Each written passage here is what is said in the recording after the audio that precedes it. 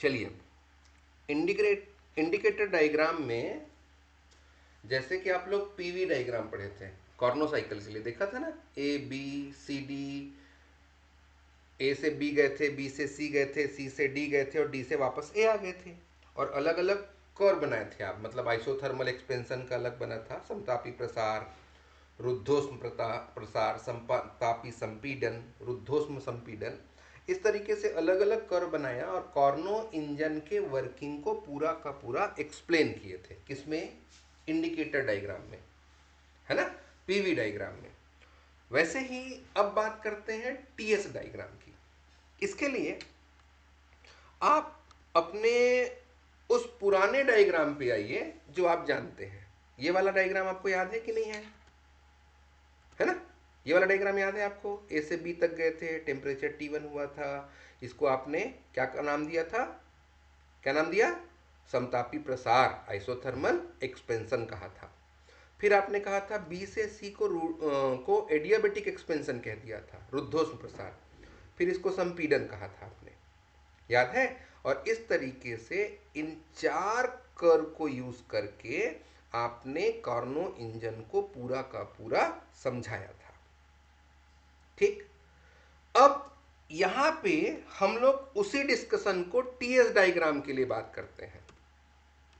ठीक, अब पहले स्टेज में आपका कहना है कि आपका सिस्टम ए से बी पर गया है, ए से बी पर गया और टेम्परेचर में कोई चेंजेस नहीं होगा, टेम्परेचर जितना था उतना ही रहेगा। इसका मतलब एंट्रोपी चेंज होगी, यहां से यहां तक जा रहे हैं तो एंट्रोपी में परिवर्तन होगा। तो एंट्रोपी कितना होगा? मान लेते हैं एंट्रोपी पहले S1 था और बी तक पहुंचते पहुंचते S2 हो जाएगा।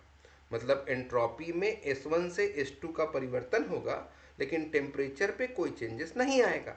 इसलिए आपको एक लाइन मिलेगा, एक कर्व मिलेगा जो इस एस अक्ष के पैरेलल होगा, कुछ इस तरीके से ये कर्व मिला।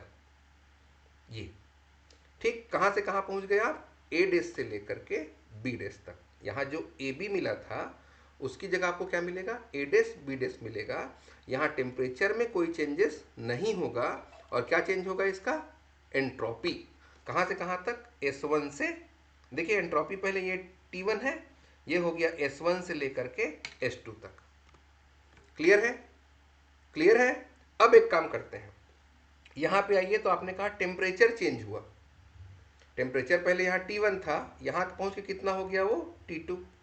तो टेम्परेचर चेंज हो गया, एंट्रोपी में कोई चेंजेस नहीं होगा।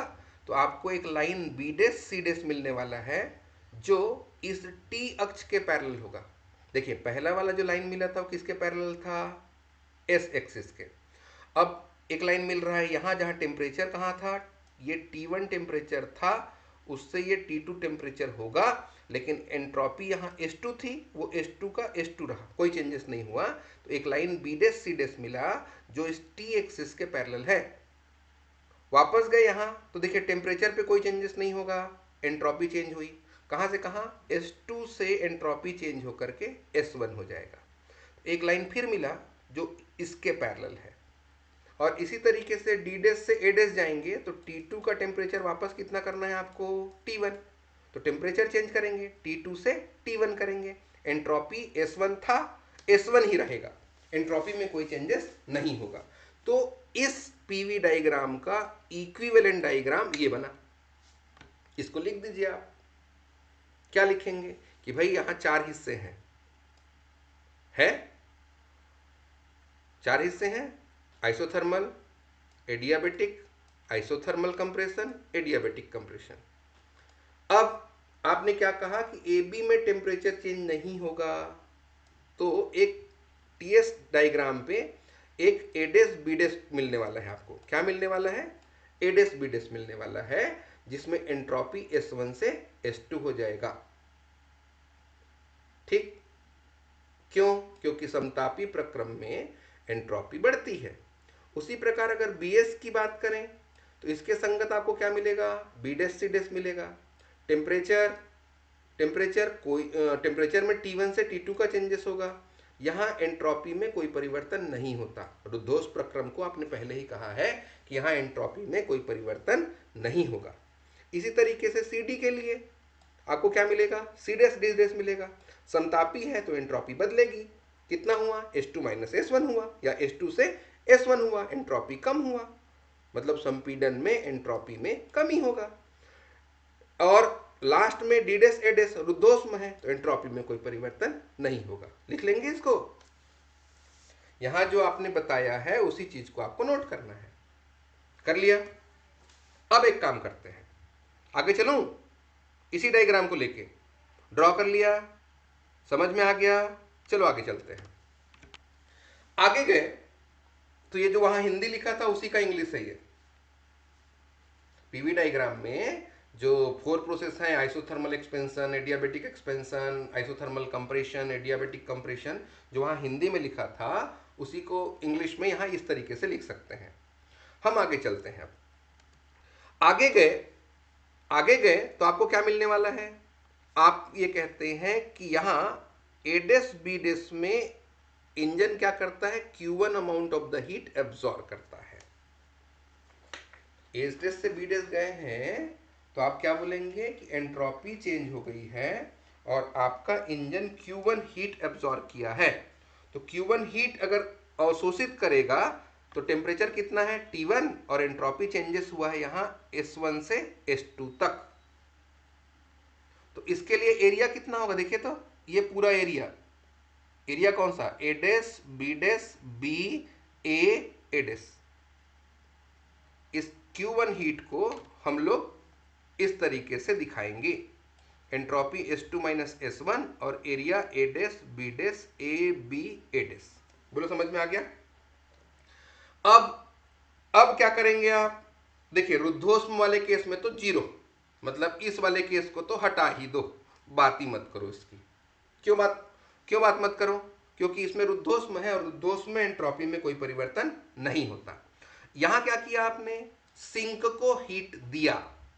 सिंक को हीट दिया मतलब नेगेटिव, सिंक को हीट दिया मतलब नेगेटिव लिखा तो Q2 का मान T2 डेल एस कितना हुआ है S1 से S2 और एरिया कितना हो जाएगा, देखिए डायग्राम जो ड्रॉ किया उसमें देखिए उस कर्व के नीचे का area C dash D dash B A C dash आएगा। कार्य कितना मिला, देखिए Q1 हीट लिया, Q2 दिया, तो Q1 और Q2 के बीच का जो अंतर होगा, Q1 और Q2 के बीच का जो अंतर होगा वही वर्क डन होगा। अब Q1 और Q2 का मान रख दीजिए, ये है S2 माइनस S1 और ये हो गया T2 S2 माइनस S1 होगा। ये जो माइनस था उसके कारण ये अपने पोजीशन को चेंज किया है ना भाई, ये माइनस अंदर जाएगा तो T2 S2 माइनस S1 आ जाएगा, तो ये रिजल्ट है आपके पास। अब अगर इस एरिया को A dash B dash B A dash में माइनस कर देंगे तो area of A dash B dash C dash D dash बचेगा। इन दोनों एरिया को अगर माइनस करें तो वो जो रेक्टेंगल बना है उसका एरिया बनेगा। यहां से क्या करिए, S2 माइनस S1 कॉमन ले लें तो T1 minus T2 S1 minus S2 और ये एरिया हो गया आपका A dash B dash C dash D dash A dash का। ये है कार्य। दक्षता का फॉर्मूला याद है, क्या बोलते थे, कार्य बाई Q1 है ना, work done by heat absorb, किए कार्य में परिवर्तन बटे अवशोषित ऊष्मा, इसी को दक्षता कहा है आपने। W का वैल्यू रखिए T1 minus T2 S1 minus S2, Q1 का मान T1 S2 माइनस S1, ये दोनों cancel, T1 minus T2 by T1। TS diagram के हिसाब से दक्षता का formula T1 minus T2 by T1 है। इसका मतलब आपके कॉर्नो इंजन की एफिशिएंसी सोर्स और सिंक के ताप पर निर्भर करता है।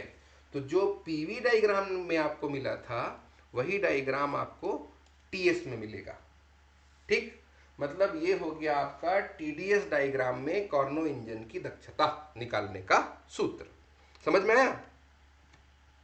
आ गया? नोट कर लीजिए।